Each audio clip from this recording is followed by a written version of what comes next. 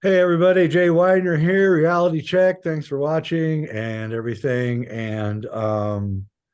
Today we have back Jerry Marzinsky. He's the psychologist who studied in various places and began to realize that mental illness is not what we have been told. It's going to be a great show. Um, my film JFKX is up on Amazon Prime. It's a big hit, and I'm really happy because you guys made it a big hit, even though I've been kind of blacked out by the community. All right, so let's get to the show because I know you guys love this subject. All right, hey Jerry, how you doing? Well, doing great. I'm glad to be back on with you and glad to have brought Lynn on with us Yeah, today too. I think it's going to be very interesting what she has to say. As you guys already know, I've been studying the psychotic voices, the voices schizophrenics here yeah, for 4.5 decades now, and it's clear that they run patterns. And if they're running patterns, they can't be hallucinations like the psychiatric mafia insists they are. You know, hallucinations don't run patterns, they're random. I don't know right, if you've been around hallucinations. They don't run patterns. These voices run repeatable, predictable patterns, and some 23 of them we found. Again, if they run patterns, they can't be hallucinations. So the only thing that the psychiatric mafia insists that respond to schizophrenia is their toxic medications. All right. Now, these medications are some of the most dangerous used in medicine today. They actually shrink the human brain and rot out the peripheral nervous system. And some of the long-term patients we've had in the state hospital, they were afflicted by something they called the Thorazine shuffle, which means their brains were rotted out by these psychotropic drugs, and they would go into this shuffle. Now, the big pharma and the psychiatric mafia said, "Oh, that's due to schizophrenia." No, it's due to their drugs. Now there's over 3 million people in the United States now with schizophrenia. You know, neither big pharma or psychiatry know the cause of schizophrenia. So right. what they've done is they first blamed it on mothers, and the mothers went, wait a minute, we didn't do anything. And you could see that. I mean, the population could see. So they had to boost it up somewhere where it couldn't be seen. So they came up with the genetic uh, explanation. Oh, it's due to a genetic problem. And then when they couldn't find a single gene for it, then they went, well, it's a multiple genetic problem. But then the geneticists who were looking into this went, hey, we don't see any schizophrenia gene. So with that wipe, they got away with that for about 10 years or something like that. So when the geneticist who studied this found no genetic gene, then they had to come up with something else that the population and even most doctors and researchers couldn't see. So going from mothers, they kicked it down to geneticists, which is a tiny fraction of the population. So when they said, hey, we don't see anything, then they kicked it up and said it's a biochemical imbalance of the brain, made up by Eli Lilly in the 70s, totally fabricated to sell their antidepressant drugs. And then Big Pharma, controlling the universities, started teaching it. And now you have thousands of psychiatrists coming out into the population, practicing, insisting that this is uh, a biological problem. However, when I was working at the state hospital, I noticed something very odd. And every hospital thereafter, they never did a assessment, like what do you call it, a baseline.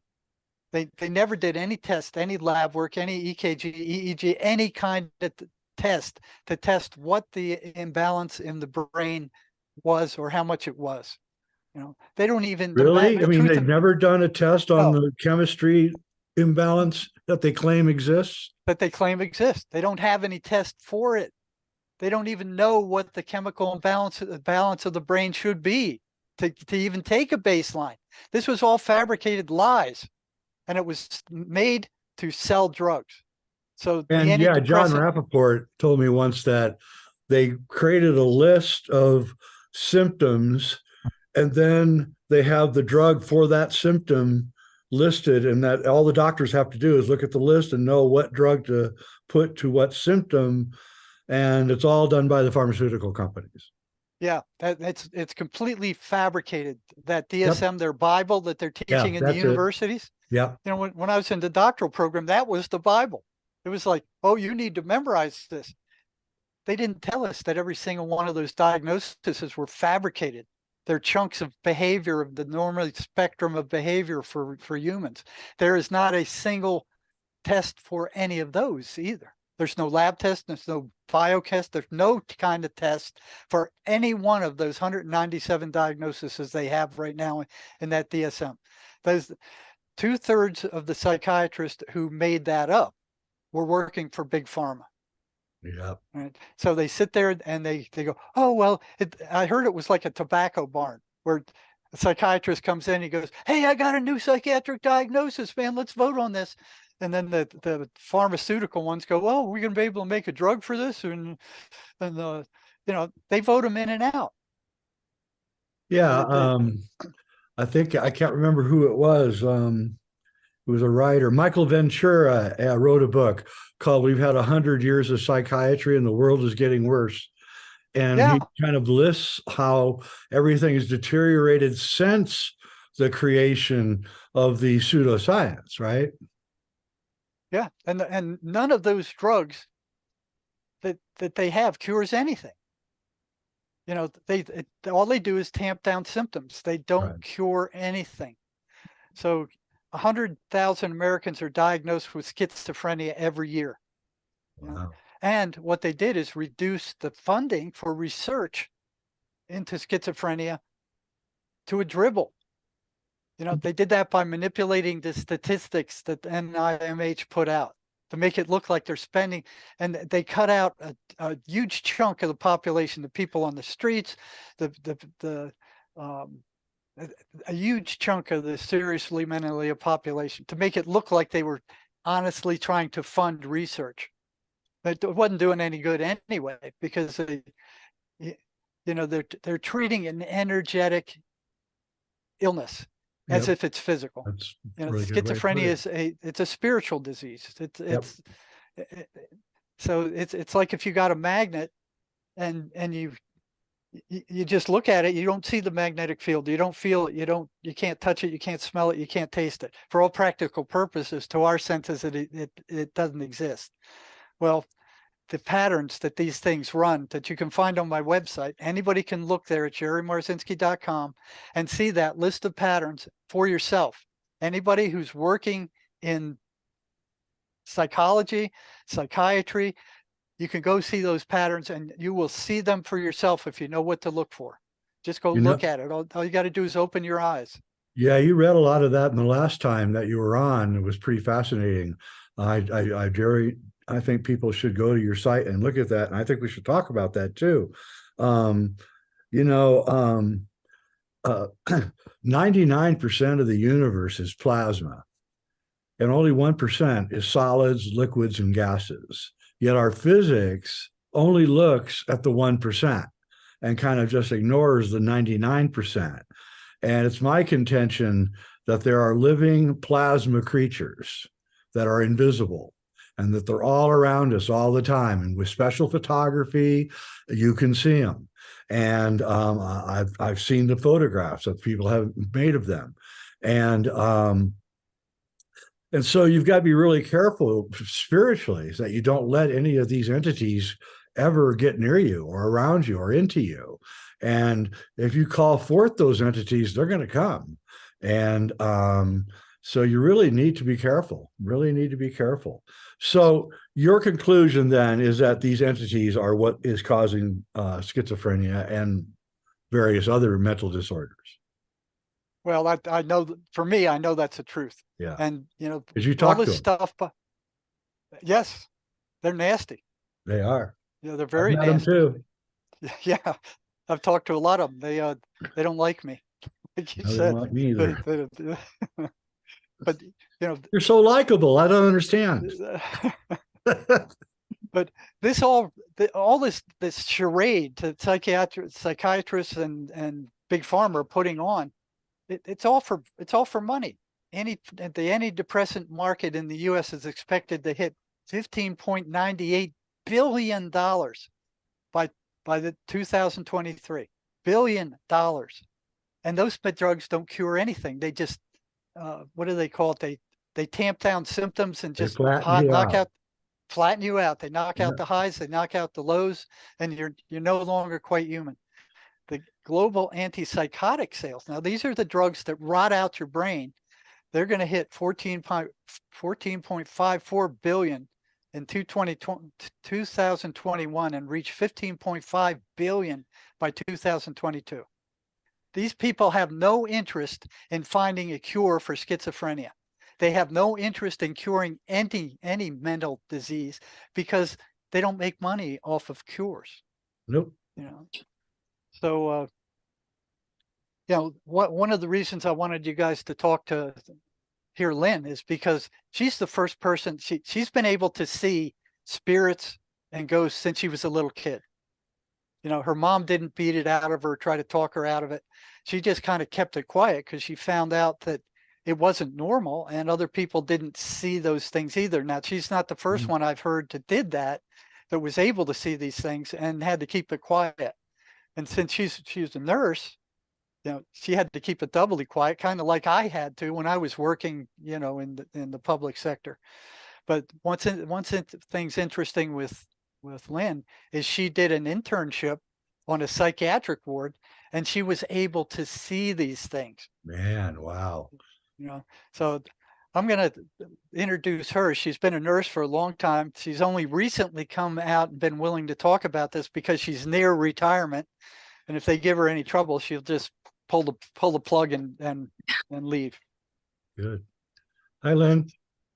Hi. Thank you so much for having me. I'm really looking forward to this and excited to be here. Yeah, well, I'm excited to have you on. And, you know, one of my pastimes is reading on Reddit. I go to Reddit, and there was a whole Reddit thing of nurses talking about what they'd seen in hospitals, and it was like hundreds of pages of testimony, and it was one of the most interesting things I have ever read in my life. I mean, the spirits and the things that are haunting the hallways, and oh my God, it was just incredible. So I'm really anxious to hear, you know, some of your stories. Yeah. Also, I've been a nurse for 40 years. I just recently turned 60, and You look great. thank you. 17. Been in end of life care, where I've seen a lot of people pass away also, and having the gift of seeing them leave their body at the time of transition has been beautiful. But I've dealt with people that are close to death that also are being treated with these medications because they're hallucinating when really they're nearing death and their loved ones are starting to come forward. That the veil starts to thin and their filters start to efface as they get closer, the same as a child has no filters when they're born, and they kind of form over time. But yes, I had gone back to school to further my nursing degree, and I also have a degree in biological science. But since I reached out to Jerry because I started checking into his work, and I found it to be very fascinating and dead on. I mean, so many of the things that he talked about, I'm like, you know, I believe this because I've seen it myself. And there was one story that Jerry's heard multiple times that about I had gone into the psychiatric ward with the teacher and 8 other nursing students, and we're all standing there. And this is the intake area that we actually had to sign papers that if somebody hit us or bit us or threw something at us, that we couldn't hold the facility responsible. And this one young girl looked to be in her very early 20s, kind of stocky build, comes over and she points at me and she says, "You can help me. I know you can." And of course, in that moment, I was embarrassed because I didn't want to be Lynn the weirdo. I wanted to be Lynn the student nurse that day. And I'm like, oh, please don't let her be talking to me. And our teacher came along and ushered us into another room, telling us not to make eye contact or to speak to anybody. And let me butt in here for a second, because I think that's important. In the entire 45 years I've worked in these facilities, I've never seen a researcher on the front lines. And this is why they won't let them sign these forms. We can't take responsibility for your safety, and this don't look them in the eye is totally ridiculous. I mean, that's totally, it's like, don't look at lion in the eyes or something like that. All this research is done in the universities that have been taken over by big pharma. I've never seen a researcher on the front lines, and what Lynn says just attests to that. Go for it.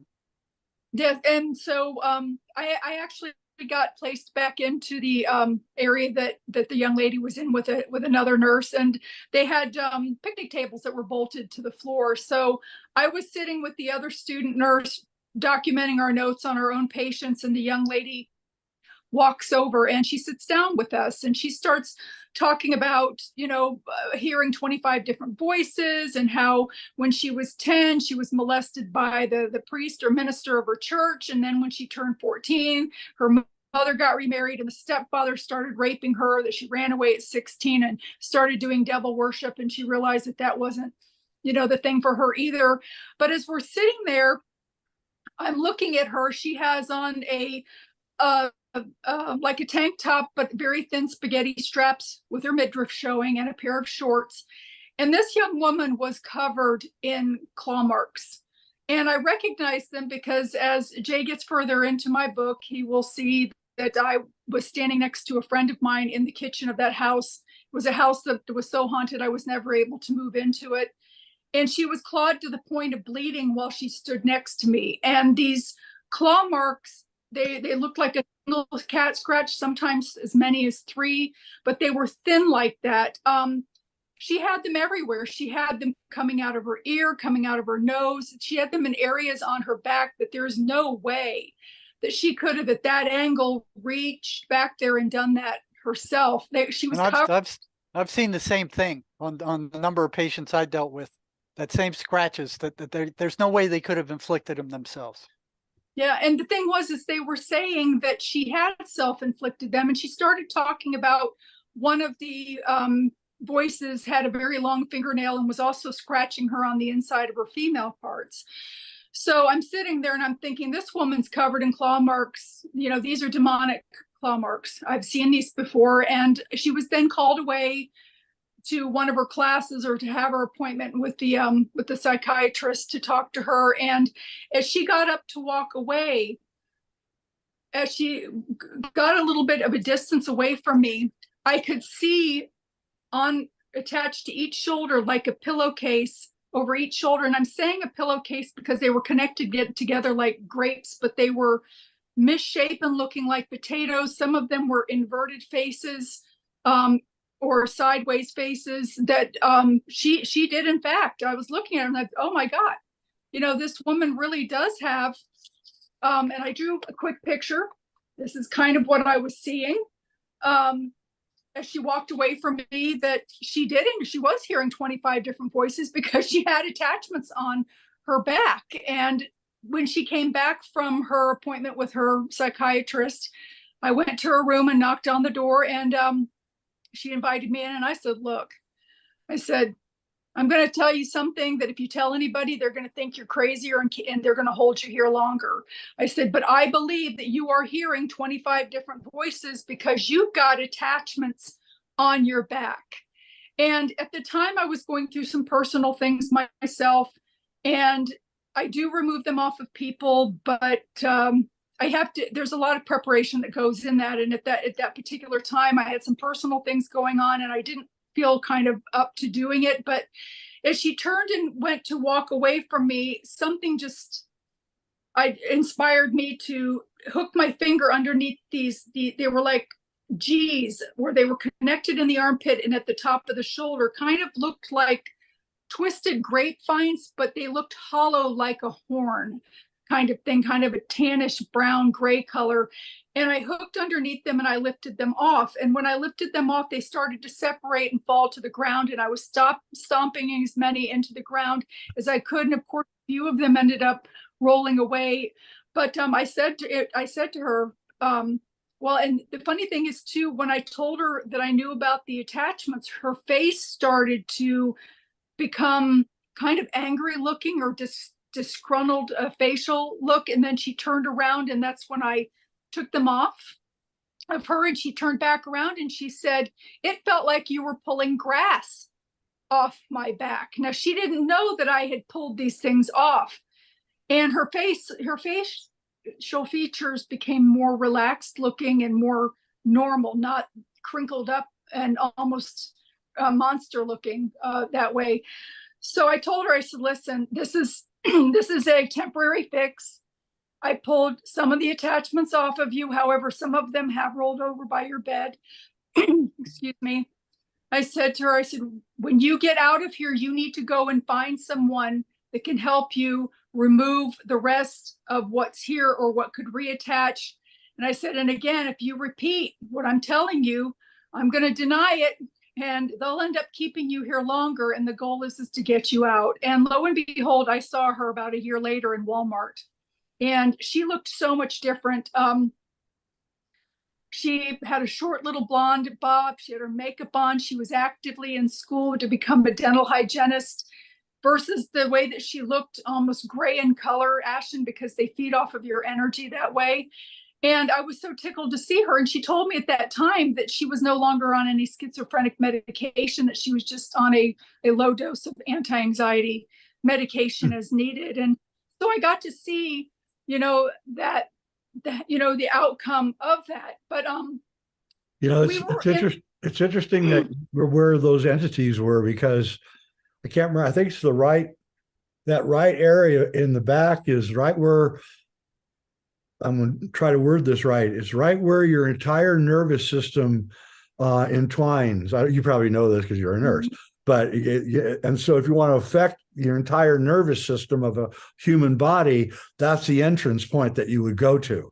And they would torture people frequently by drilling holes in that area and things. That's where they usually attach too. Yeah. Yes. Right there behind the neck. That means that they're using the electrical system of the human body, like they're attaching onto it. And I want to highlight what Lynn said about them being vampires. They suck your energy. Yep. They're like leeches. They are. Yes, they are.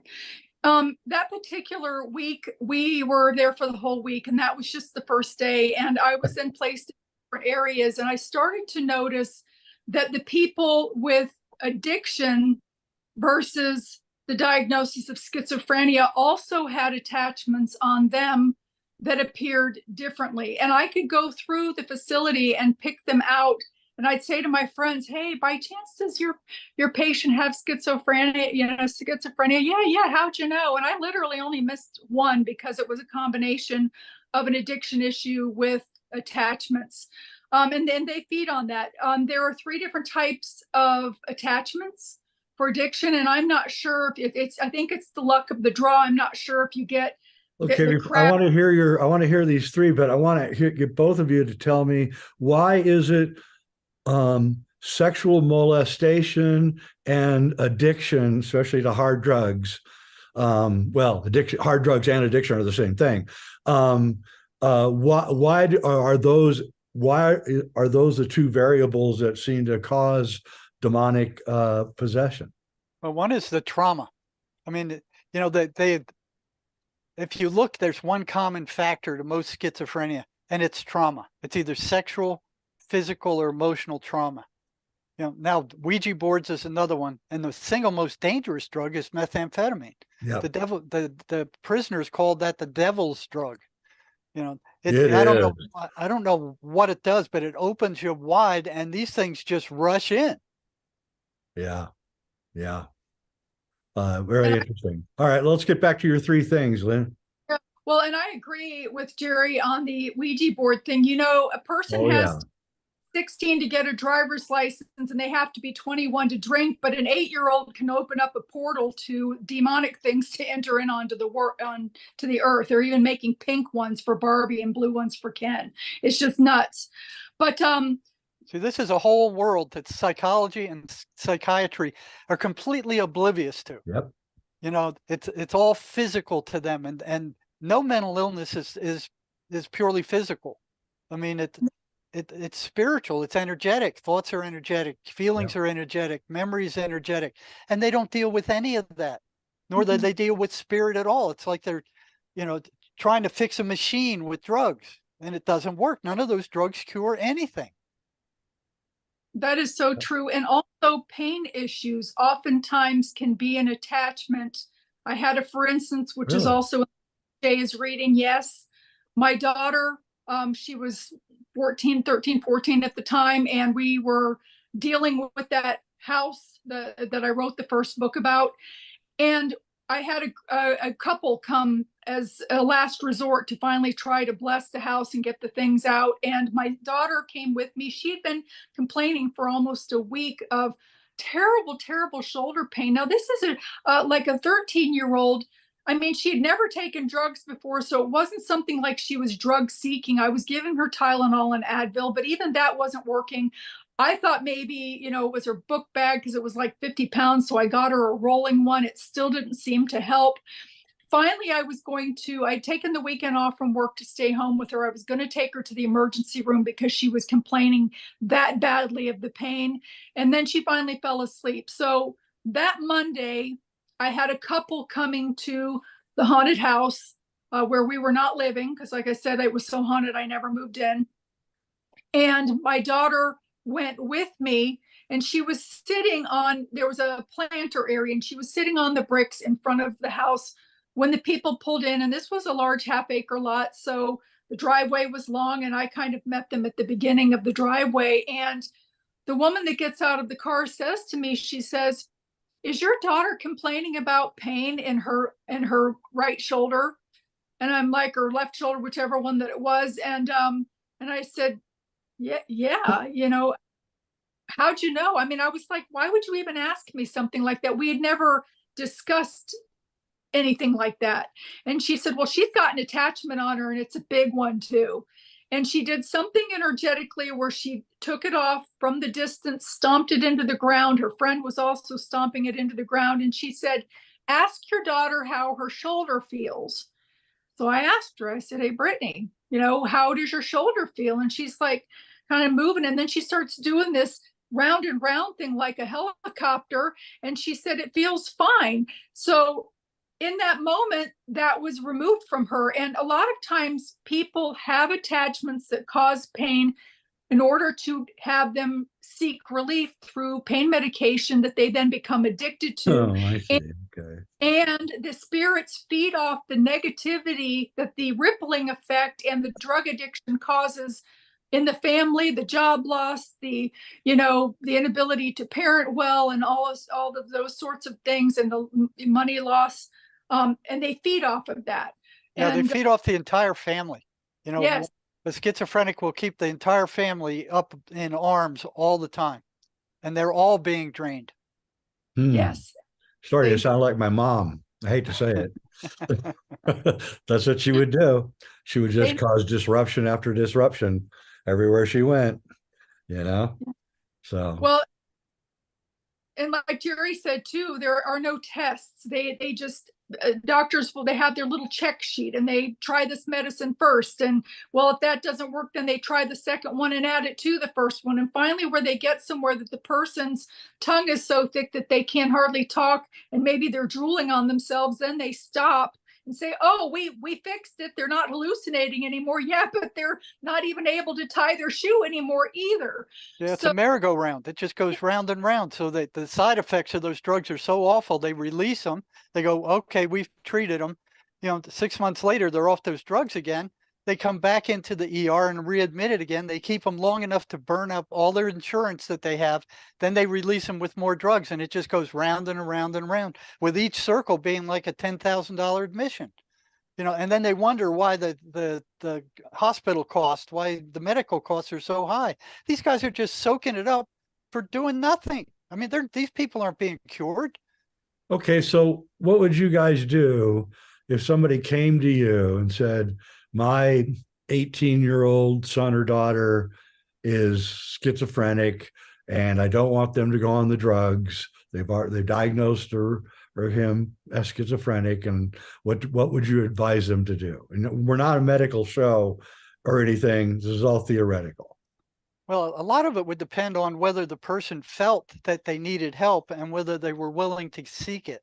Mm. Okay. So there's a number of things you can do for these things. One of the biggest was kind of devised by my co-author in our book, Sherry Sweeney. She was schizophrenic as a young woman for years, and they almost killed her.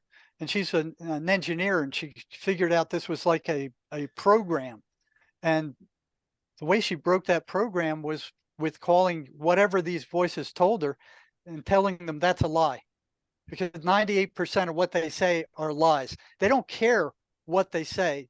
What they're after is that negative emotional energy. They need to turn your emotional energy negative before they can drain it from you. They And can't they're stand everywhere. positive energy. Yeah, they're everywhere. We're not immune, and nobody's immune to from No. this. No, No. so if you get when I get a negative thought, the first thing I say is, "Oh, that's just bullshit," right? And Yeah, then good. I Yeah. go on, right? And because I'm not going to let it happen to me, So, but they get into me too. I get a negative thought almost every day. I get one, right? See, And that has the same effect as that's a lie. yeah, same effect. Yeah, But feel it immediately see, dissipates as but soon as I do it. we're all taught from the time we're kids that every thought that appears in your mind belongs to you. Yes. Where else does it come from? I mean, they come from outside. Emanuel Swedenborg said you don't have any thoughts of your own. They're all coming from either positive forces or negative forces. And it's the ones you entertain that are going to grow the most. And the That's exactly. schizophrenics are entertaining the constant negative ones. Yeah, and as a person who worked in cinema for many years, one of the reasons I got out was it felt like the producers were purposely okaying projects that would make viewers go to the dark side. And it happened so much, and that, like you say, it was a pattern. I saw it so many times that I began to think that they themselves might be possessed. I think you're right, because that makes schizophrenics worse. That's one of the recommendations I give in my practice. Don't watch any negative television. No war pictures, no murder mysteries, no none of that.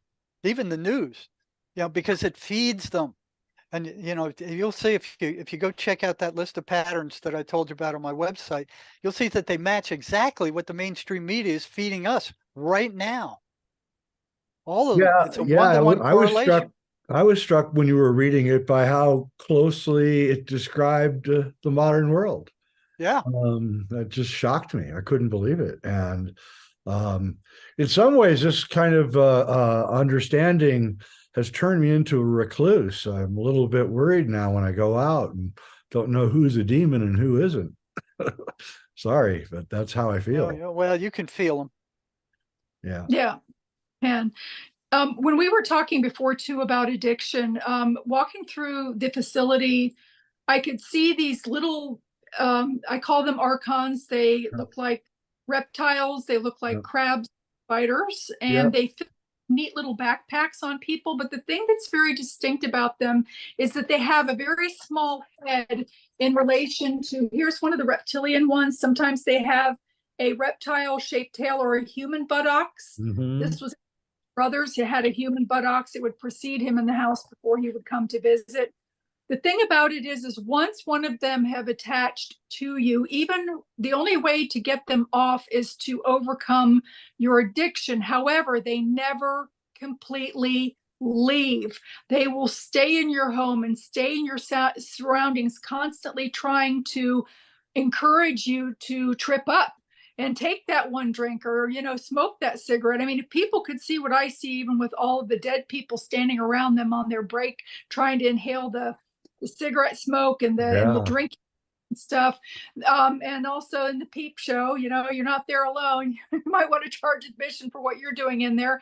But they're these heads, they're smaller in proportion. They have this distinct fin that it goes from the top and attaches to the back that's floppy, because sometimes they'll jump ceiling to ceiling. They have 4 bulbous toes on the reptilian looking one, and 4 on the feet that actually attach at the hips, but they never leave you once you have invited them into your life. They're constantly trying to coerce you to go back so that they can continue to feed because they had, a good thing going. Yeah, and So they can't get drunk in the spiritual form. So they have to take over somebody's body and get them to drink or drug in order to get high again. So Oh. they're just waiting around for something bad to happen, and then they jump in. They can get the guy to take one drink. So alcoholics and drug addicts got to know that they're not the only ones doing those drugs. They got visitors that have jumped in there, and they want to get high too, and they want to get as high as they can in the period of time they can stay there. that's very, very true. And also in the case of like cigarette smoke or marijuana, sometimes too, if they don't necessarily want to enter your body, they just want to smell it. But because we have all of our senses when we cross over, of course, we don't have an olfactory nerve to actually smell. It's more of a memory recall for those lost souls that are lingering around. In the case of my mother who has passed over, I asked her one time because she comes through like a megaphone every once in a while. And I said, Mom, don't you miss the taste of potato salad or the brownies that you used to make? Because she had a very unique recipe. And she came back to me and she said, well, we don't eat here. And I'm like, well, yeah, of course you don't, But she said, however, we do everything by thought. If we think of something, we just go. And if we are missing a flavor of something on the earth, all that we have to do is think about it, and it comes to us as if we are tasting it and eating it. So it's a token for someone that's a disembodied soul that has not crossed over, which are these, I believe, that are the attachments on people with schizophrenia or disembodied souls that are looking for a free ride. And then, of course, they're always dominated by something more negative, which is where the verbalizations in the ear that they're hearing comes from as well. And but anyway, I just wanted to add that. It's fascinating because I don't think I've ever told this story ever before in public, but I was making a film called Infinity about near death and life after death. It's actually my biggest hit film. And I was making it and I was interviewing John Holland, who is a psychic who used to appear on Oprah and stuff, fairly famous psychic. And I was setting up the camera and he was late and he rushed into the room where we were shooting, tucking in his shirt or something. And he sat down, he was kind of sweaty and he's trying to wipe his sweat off and everything. And all of a sudden he stops. I have to preface this. My mom died about a year before this. And he looked at me and he said, your mom just died. And I'd never met this guy. And I like, wait a minute, how could you know that? But I kept a straight face because I didn't want to feed him any information, right? So I just looked at him and said, yep. And I just kept working on my camera, getting it ready. And then he said, she really misses you and your brothers. Now that really got me because my mom completely ignored my sister. I only spent time with my brother and my brothers and me. And then I saw now I'm really kind of weirded out, but I'm keeping it going. And then he said something that really blew my mind because she died of lung cancer. He said, she really wants a cigarette. I'm whoa. Right. And so at the very end, I'll make it short here. At the very end, we're done with the interview and he's leaving. And as he's leaving, he looks at me and he goes, your mom's name is Rose. And I went, wrong. My mom's name is Rosemary. He had half of her name right on top of everything else. So, and he didn't know me from Jack. He couldn't have looked me up on the internet or anything. He didn't know who I was. So it's proof that not only is there psychic abilities, but the spirits definitely want that addiction. Yeah. I don't know how many prisoners I've talked to who were locked up for meth, who told me that the voices told them where to be and when to be there. And somebody would show up with more meth. Complete stranger. Wow. That's heavy. Yeah. Thanks. That is. Well, Methadone does warrant an investigation, a spiritual investigation, as to why meth addicts are so out of their minds. I mean, there's something there that is just absolutely fits a pattern, and they all go out of their mind, every one of them. Part of it is because of the cells that are being killed with the medication that they're taking. Yeah. It's like So I just met one not long ago he was a bad meth addict. He got locked into a mental hospital. We might want to bring him on, Jay. He talks about what it was like being psychotic on meth, and then he said God came into his life one day. They locked him into a mental hospital for like a year, and he was totally sane. And he tells in detail what it was like to be sane on a mental hospital ward. And now he's working in meth rehab. Yeah, it is interesting how religious conversion seems to work in many of these cases. Yeah, he said overnight. It was overnight. Yeah, yeah, and people should know that it's not the Hindu religion believes that there's these demons. There's jinns in the Muslim religion. We have demons in the Christian religion, and even the Jewish religion has demons.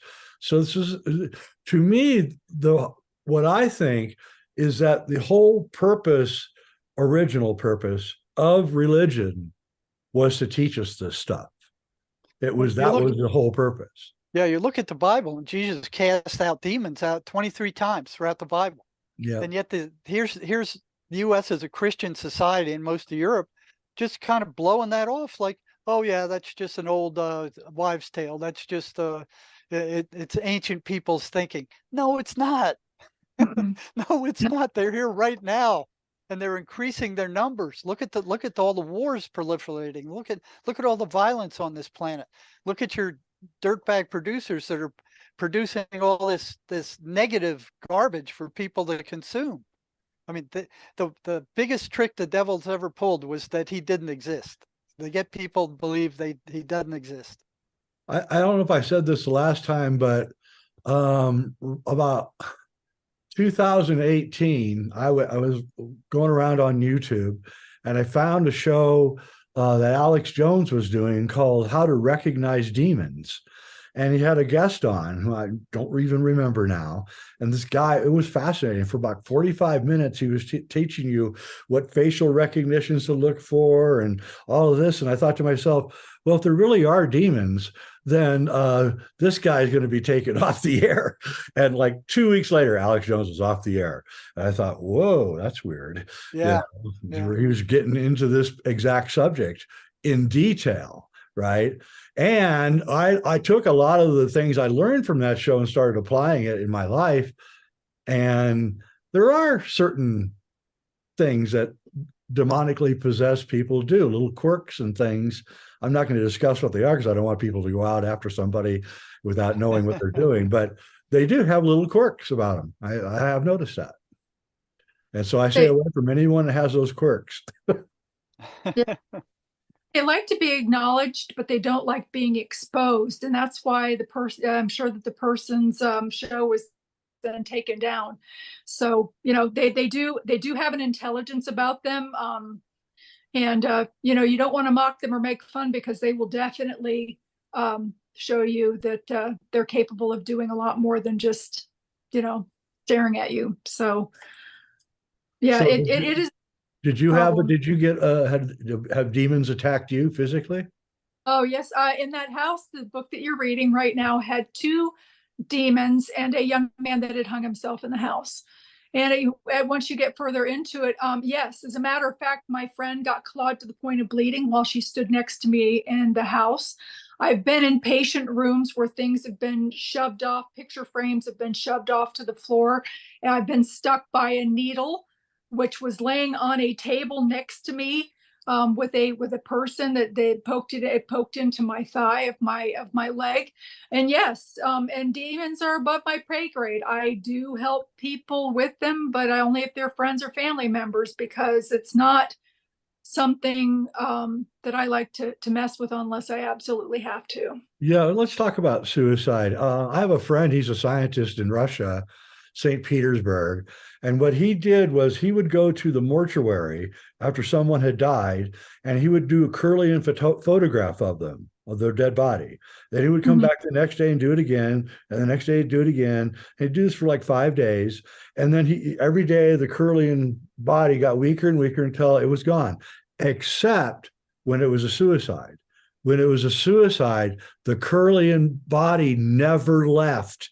It stayed Wow. there. Even 2 weeks later, they put the cadaver on ice and brought it back. And 2 weeks later, the photograph was just as strong as it was on the first day of the death. And he was like, "Holy crap! Don't commit suicide." Yeah. Yeah. They said they're upset when you get up there, they get upset. You know, that you did that. You're not supposed to do that. Nope. However, you are not sent to hell. And the reason why it's frowned upon here, as well as on the other side, is because of the rippling effect that it creates for future generations. When you come here, you have a contract of things, of goals that you need to meet. Most of us that are here right now are incarnates, not reincarnates. We have chosen to come in because of the level that we have achieved. You have to be asked to come. You have to volunteer to come, then out of that you're asked, and then you volunteer again out of the group. So we, even having this conversation, we are all at that level. But the thing about it is that when a person has that contract, you know, there are children waiting to come in who might end up being president of the United States or come in and be something else. And when a person ends that contract early, those other beings are not able then to come in to meet their goals, and it changes history, it changes the future of that. And that's the reason why it is frowned upon. They are not sent to hell, although it is very, very it's not something that you are supposed to do, mostly for that reason. They are not sent to hell. They are usually, it's all looked at too, and I'm not talking about people that have assisted suicide, like if they're getting ready to pass, they're getting ready to pass, so they're not taking away from their contract. They're just waiting to transition over. People with mental illness that are being controlled by these entities and these disembodied souls that are on this earth, steering them around, those are also it's looked at differently on the other side, because there's more of an understanding that there was something interfering. However, if someone does it just out of spite to get even with a boyfriend or girlfriend or their mother or somebody like that, that's very seen as very selfish, and that is wrong. Normally those people are placed into some schooling. Sometimes they're placed with somebody that is getting ready to commit suicide themselves to try to steer them away, and then they are put right back in to a life, and sometimes the life is even worse than the one that they originally came from. I've heard that too. Makes sense. So just for the people watching, the Swedenborg model is that the Earth has etheric planes around it, and actually down under too. And when you die, you go up into one of these levels where you learn things, and then you reincarnate, or maybe you don't. And you really have to read Heaven and Hell by Emanuel Swedenborg to understand this. But this is as real as getting in a car accident or whatever. It's absolutely the truth, and it's fascinating to have both of you on and talking about it, because it's really one of my favorite subjects. And I used to advocate for psychedelic drugs, and I do not anymore. I think they're dangerous, and I think they open you up to all of this. And so I have my own regrets about the things that I've advocated in the past.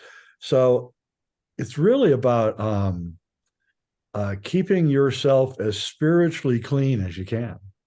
Really and that's one of the things schizophrenics need to do to recover, because they're moving in the opposite direction.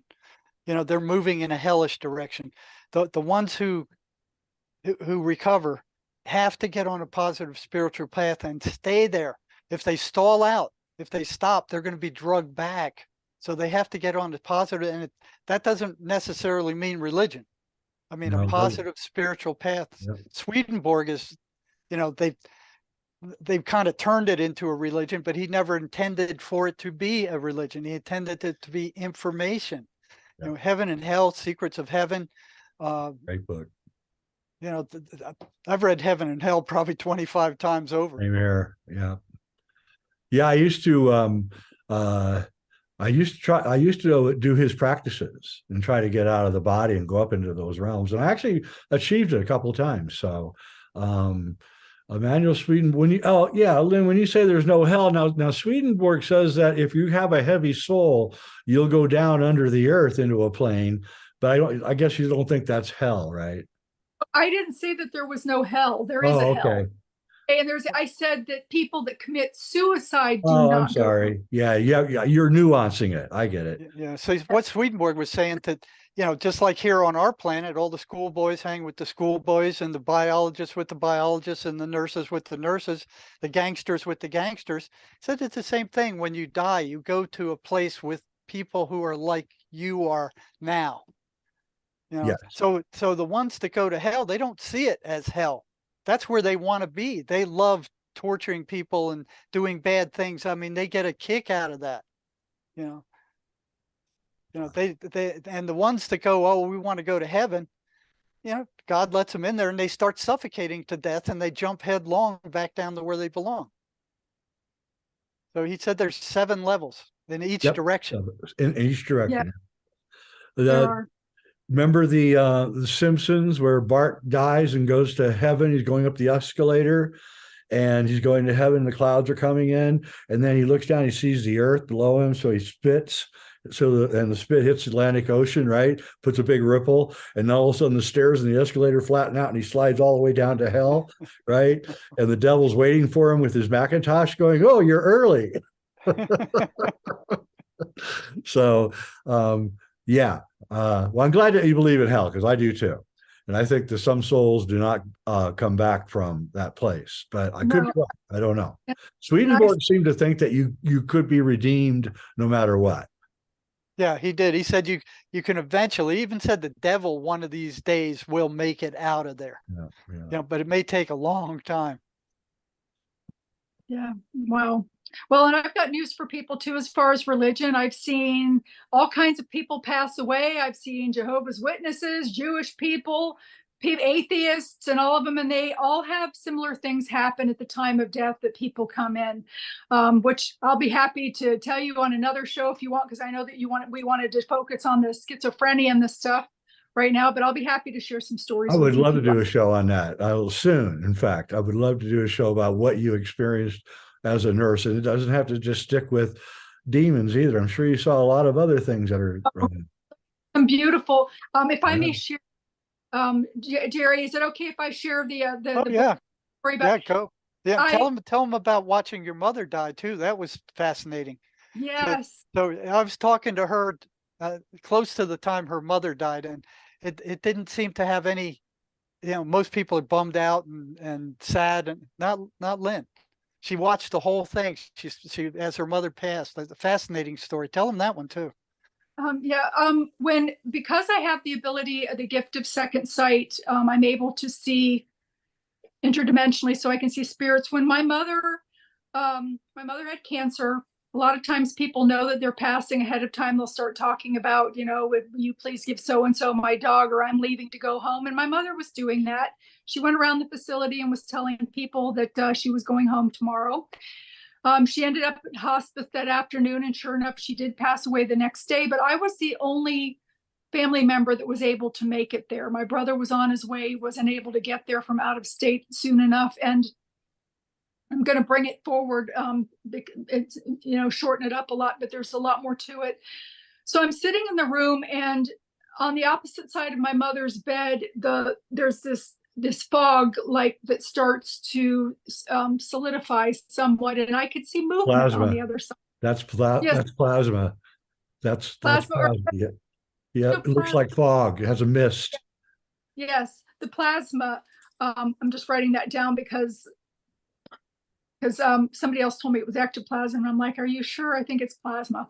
But this plasma, this thing, and I could see movement on the other side. I could see sometimes an elbow peek through or a pant leg. And yes, they do show up in clothes because nobody wants to see mom naked.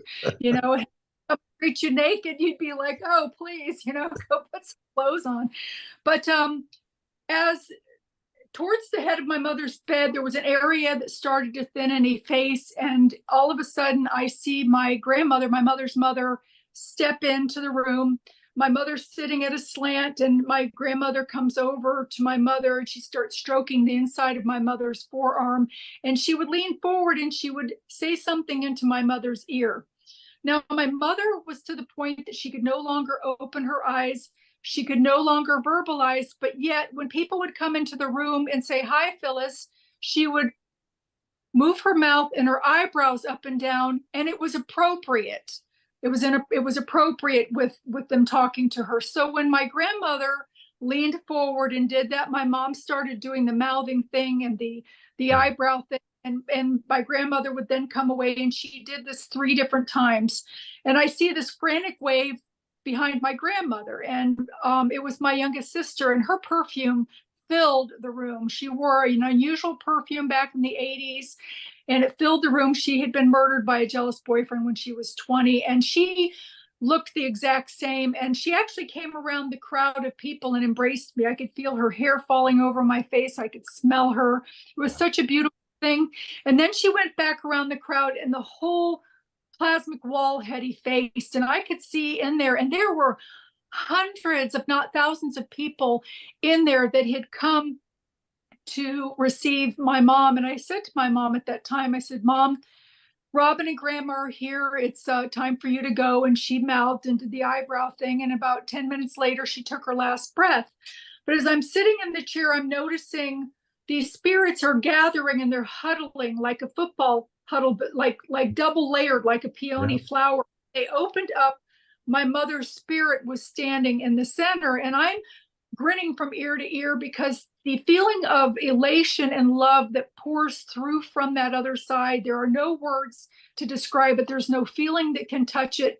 It just is. And to be honored to be in that moment, you can't help but smile. So I'm watching all of the people one by one coming and approaching my mother. Some of them I recognized, cousins and some uncles and things that had passed. Some I didn't, but my mother knew who they were. Sure. And she was beaming. And I'm sitting there thinking to myself, oh my God, I look over, my mom has stopped breathing, and I'm like, I better call a nurse, because if a nurse walks in and my mother's just passed away and I'm sitting here smiling, that's not a normal response.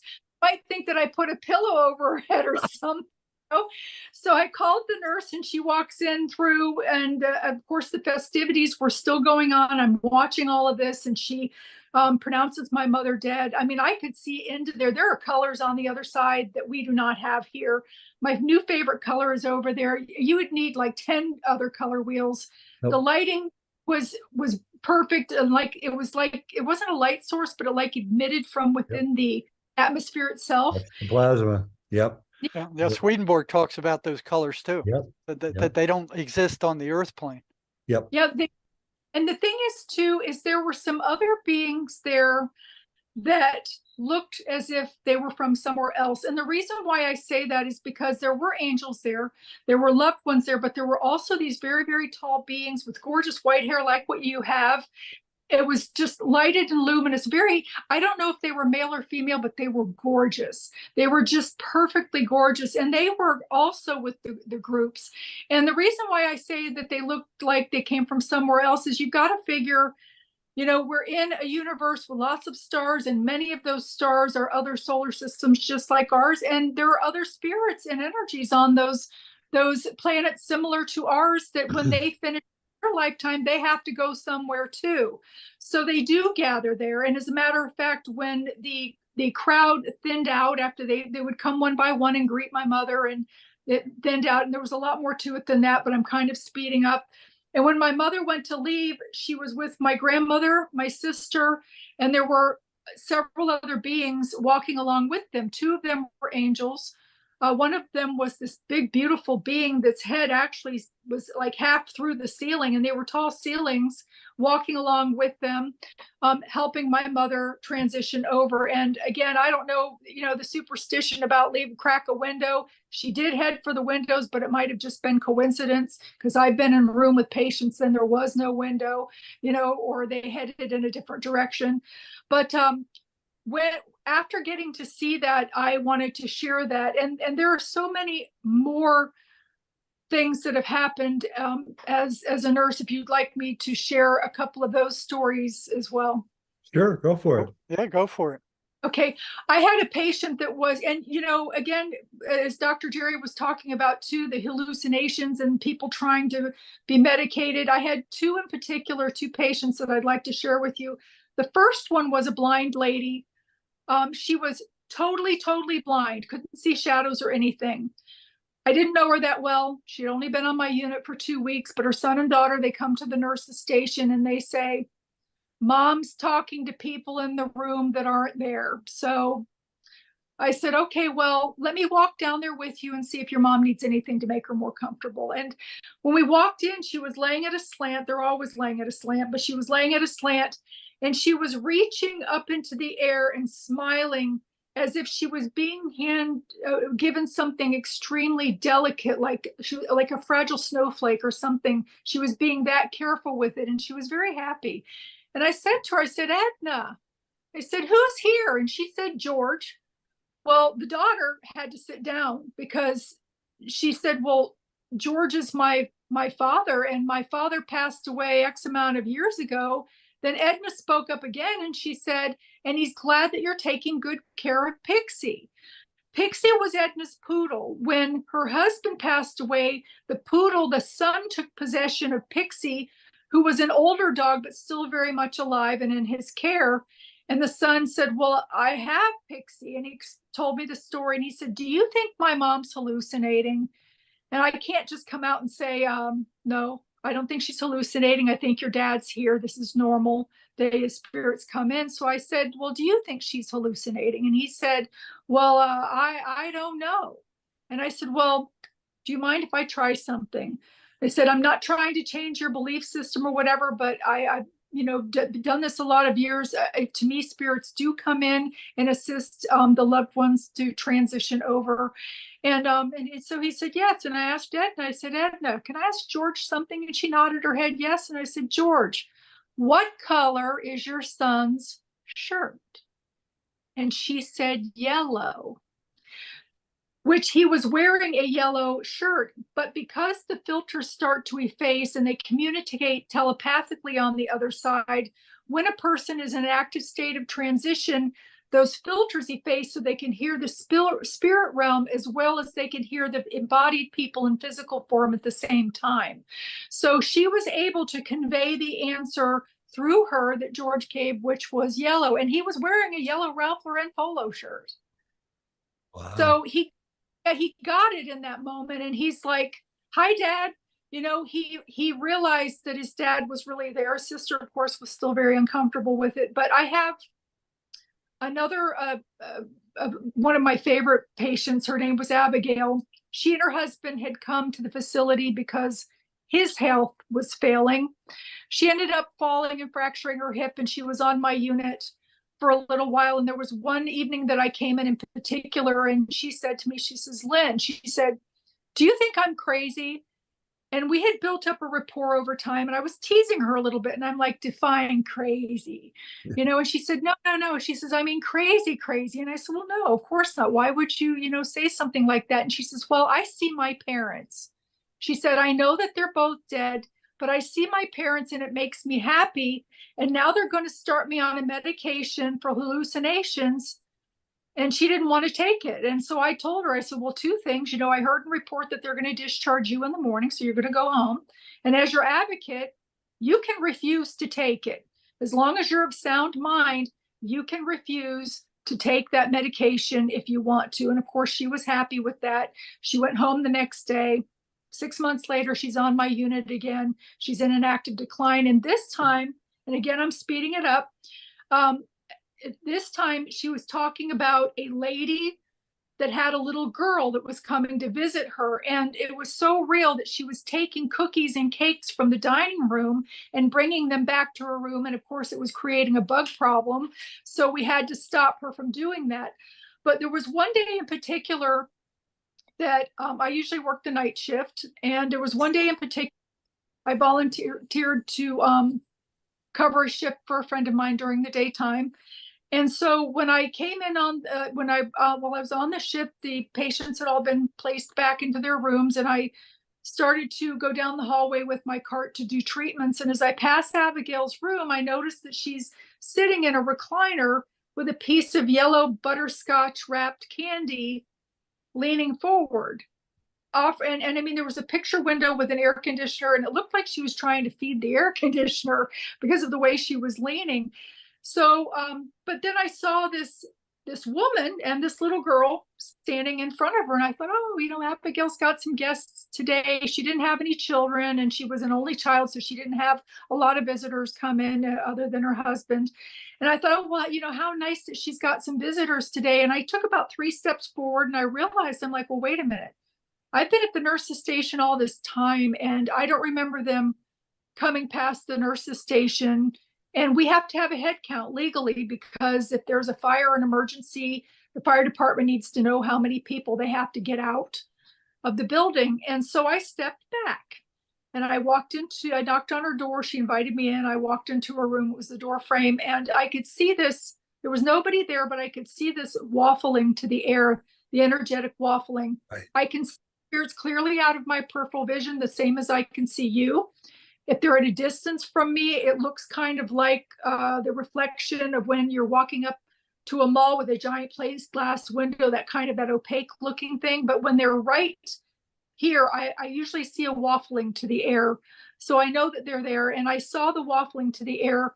And Abigail says to me, she says, I want you to meet my friends. Isn't the little girl beautiful? And I said, yes, she is. And she leans forward and she says, can you see them? And I'm like, yes. And she said, don't tell anybody, because they'll think you're crazy and put you on medication. So here this woman had the wherewithal to know, even though she was on medication, she was still seeing the spirits anyway, because they weren't hallucinations. And she had the wherewithal to know the difference.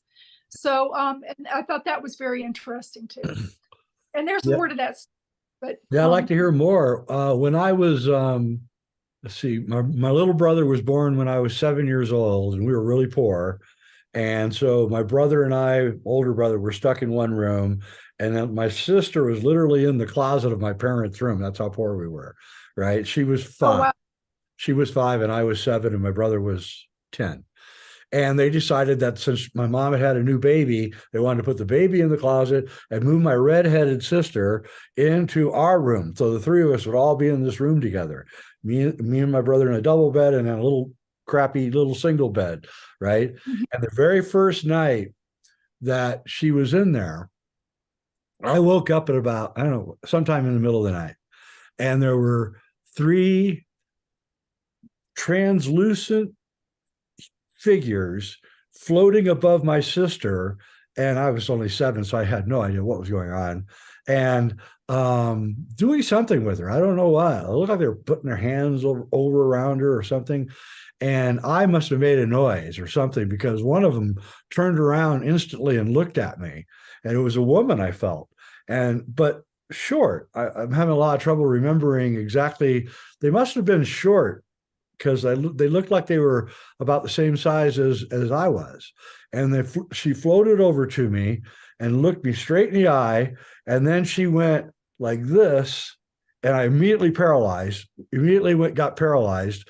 I could just move my eyes. I couldn't move my body. She went back to whatever they were doing. And then they kind of whirled and went right through the window, right?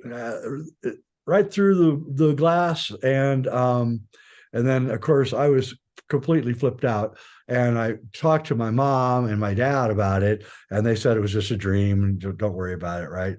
But I knew it wasn't a dream.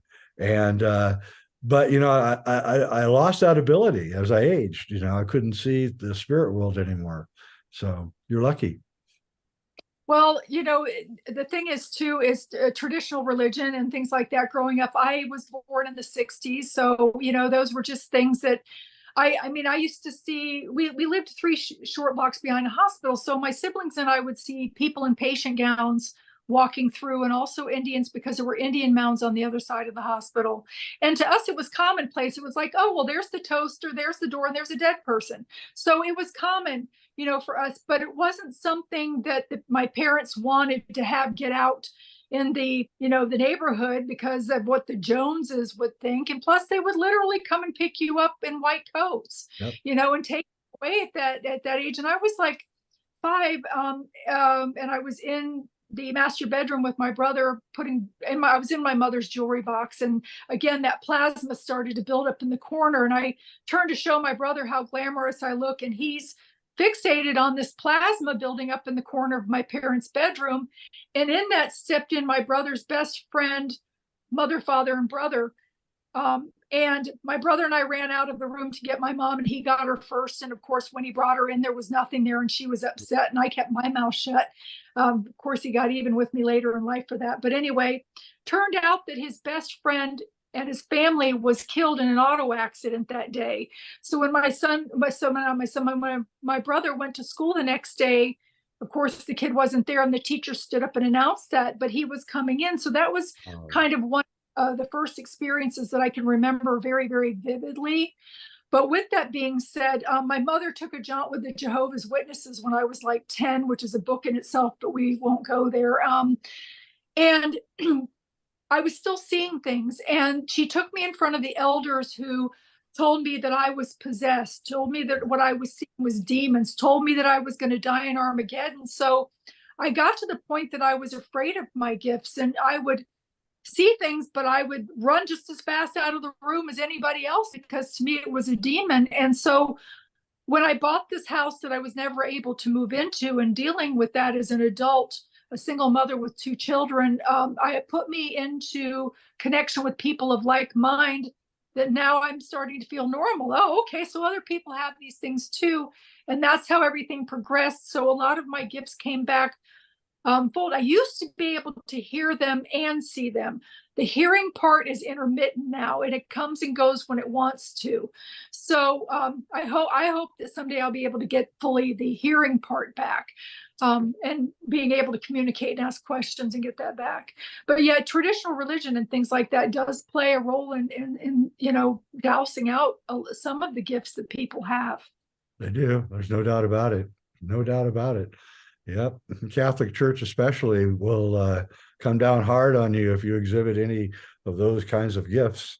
Well, listen, I would like to have you back, Lynn, and talk about your nursing experiences, your strange things that you've seen, and some beautiful things that you've seen. Your story of your mom's passing was great. That's just a great story. I'm sorry.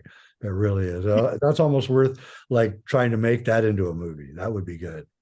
I will forward you the book on that, the ebook, if you would like. It is 5-star rated on Amazon. People are loving it. And so, and I would really like to get that out there, because the whole purpose of my writing that book was to take the stigma of death and dying, and to help people that are locked into their religious beliefs, because it's not written based on religion. It's just based on what is, So I'll share that one with you too, if you'd like.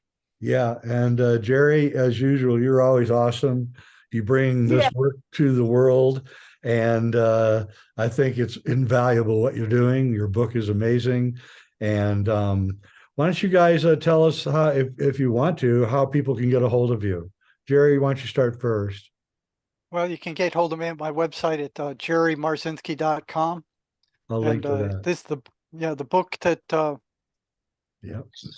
Jay is talking about is this one, and it talks about how we came to the conclusion that these voices were not hallucinations. And it gives examples and gives a history of the psychiatric mafia and what they're trying to do. Great book. I read it in one sitting. It was amazing. Wow. I couldn't even do that. Yep. Lynn, how about you? How do people get a hold of you? And I'd like to say too, Jerry is amazing, and feel so fortunate to be connected with him and being able to help with some validation for his work. He's definitely a trailblazer in this, and it's wonderful. I have a website, www.lynnmonet.com. I can be gotten there also on Twitter, Skype, I'll link TikTok. All of those as well. I'm going to be on Coast to Coast with George Norrie again coming up Thursday. My good buddy. Oh, when you say hi to George for me? I surely will. I think this is the 4th time that I've been on there, so I will definitely tell him that you said hello. Yeah. And but I can be gotten a hold of through my my website, for that matter. I do have a podcast that'll be restarting called Synchronicity, the Next Level Paranormal, that talks about all of this kind of stuff as well, coming up on Tuesdays, 8 o'clock Eastern Standard Time.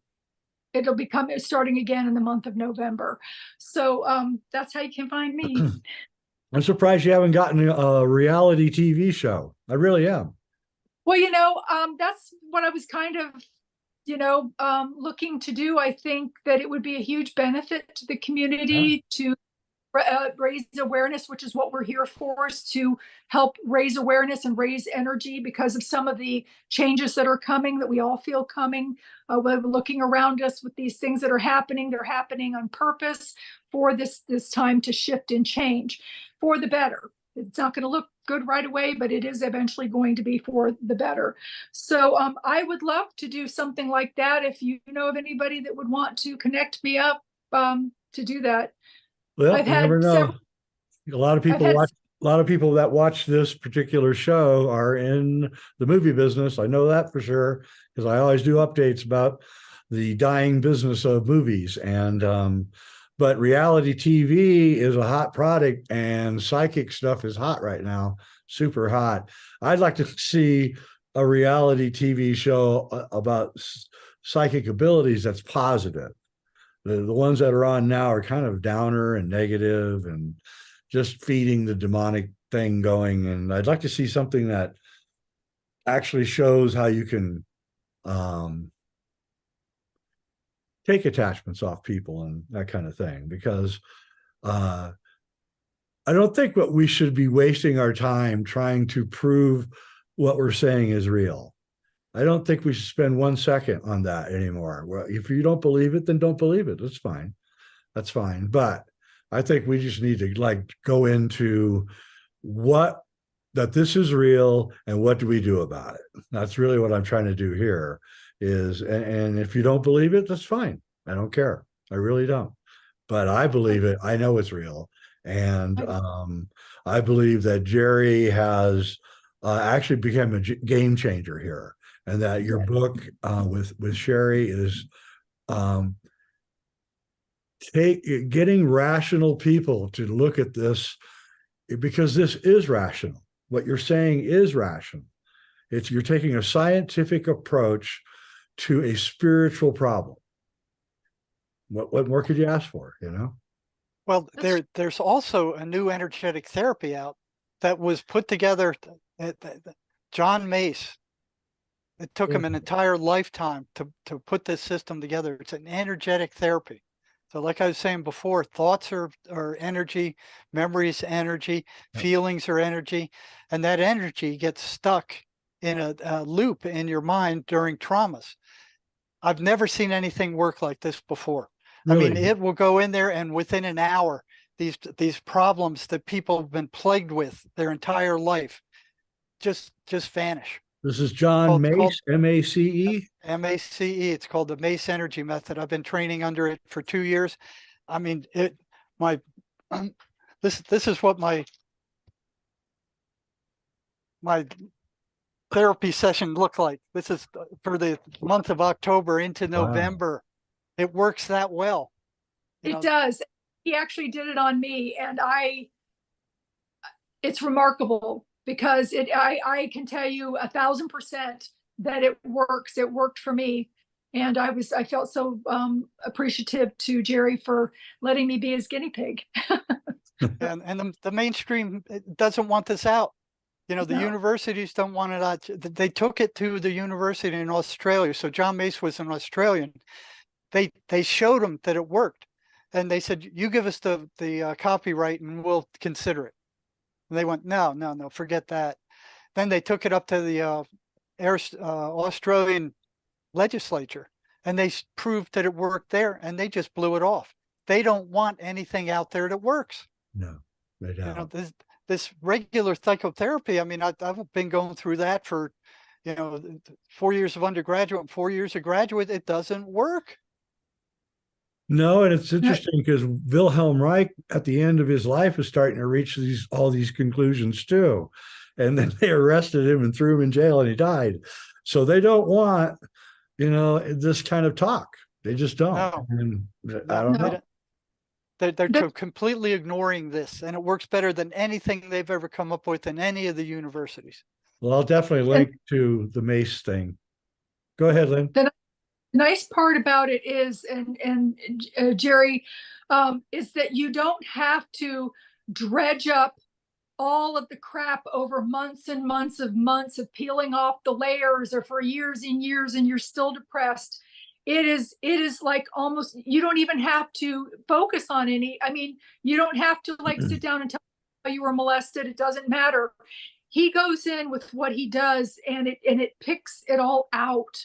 When you're ready to release it, and it just picks it all out, and it is gone. It's just gone.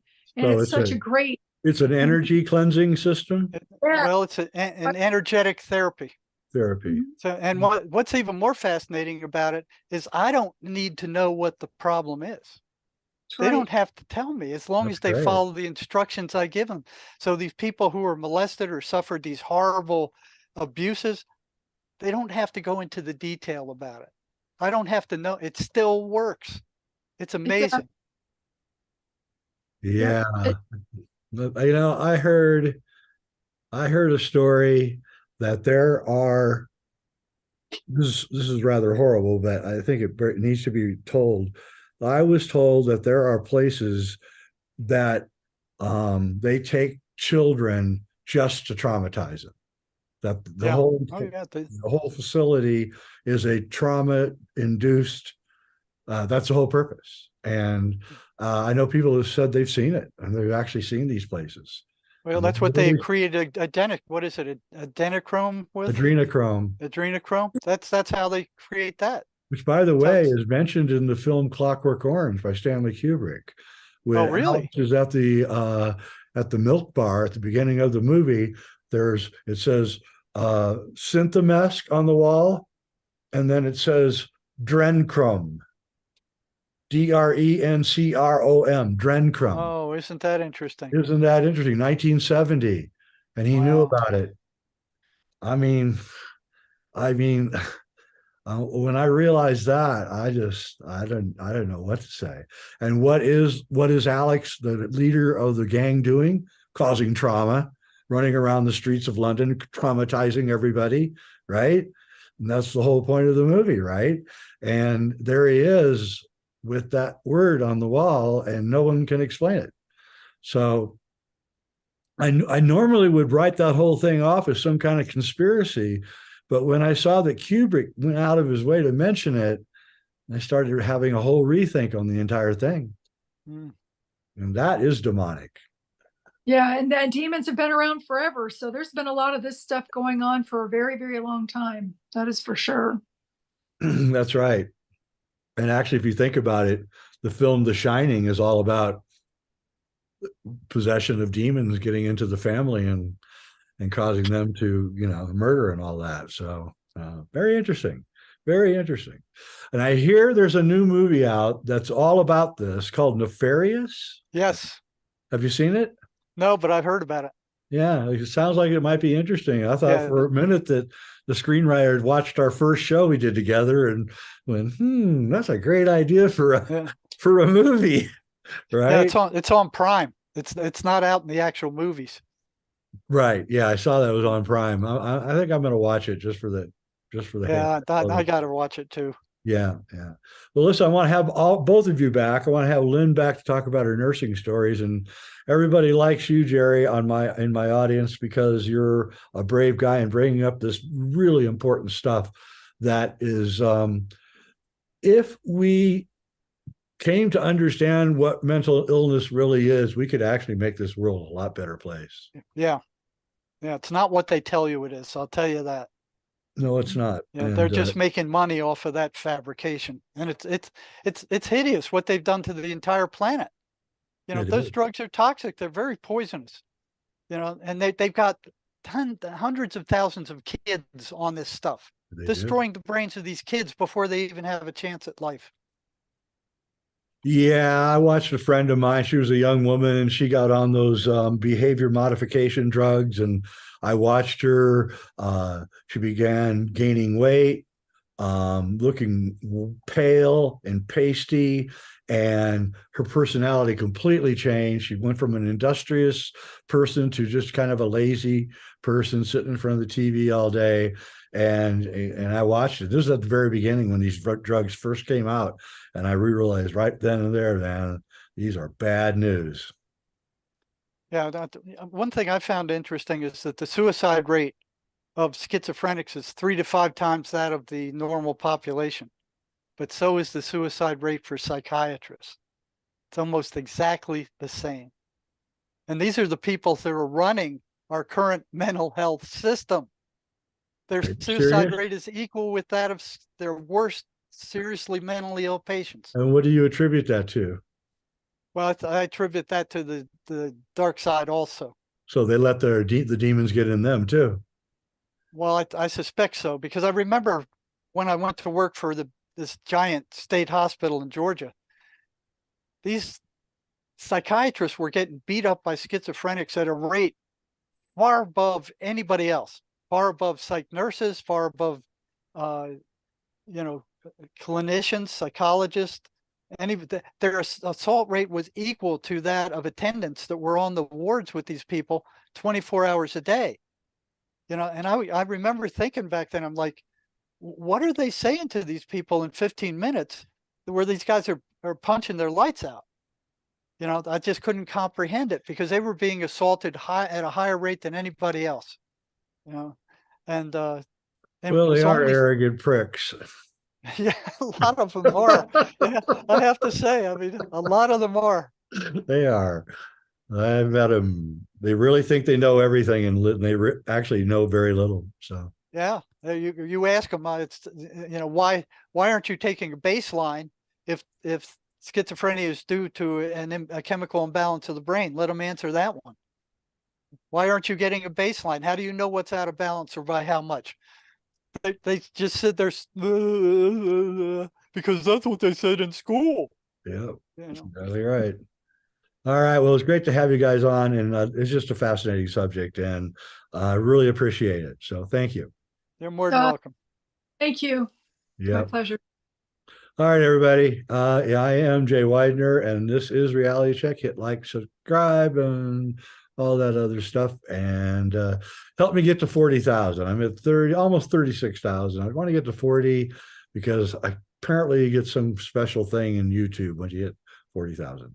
So anyway, we will be back, and we're going to talk about this important subject more and more, because I know you guys like it, and I think it bears us examining this subject, because it really can make the world a better place if we begin to understand it. Anyway, thank you everybody for watching, and I appreciate it.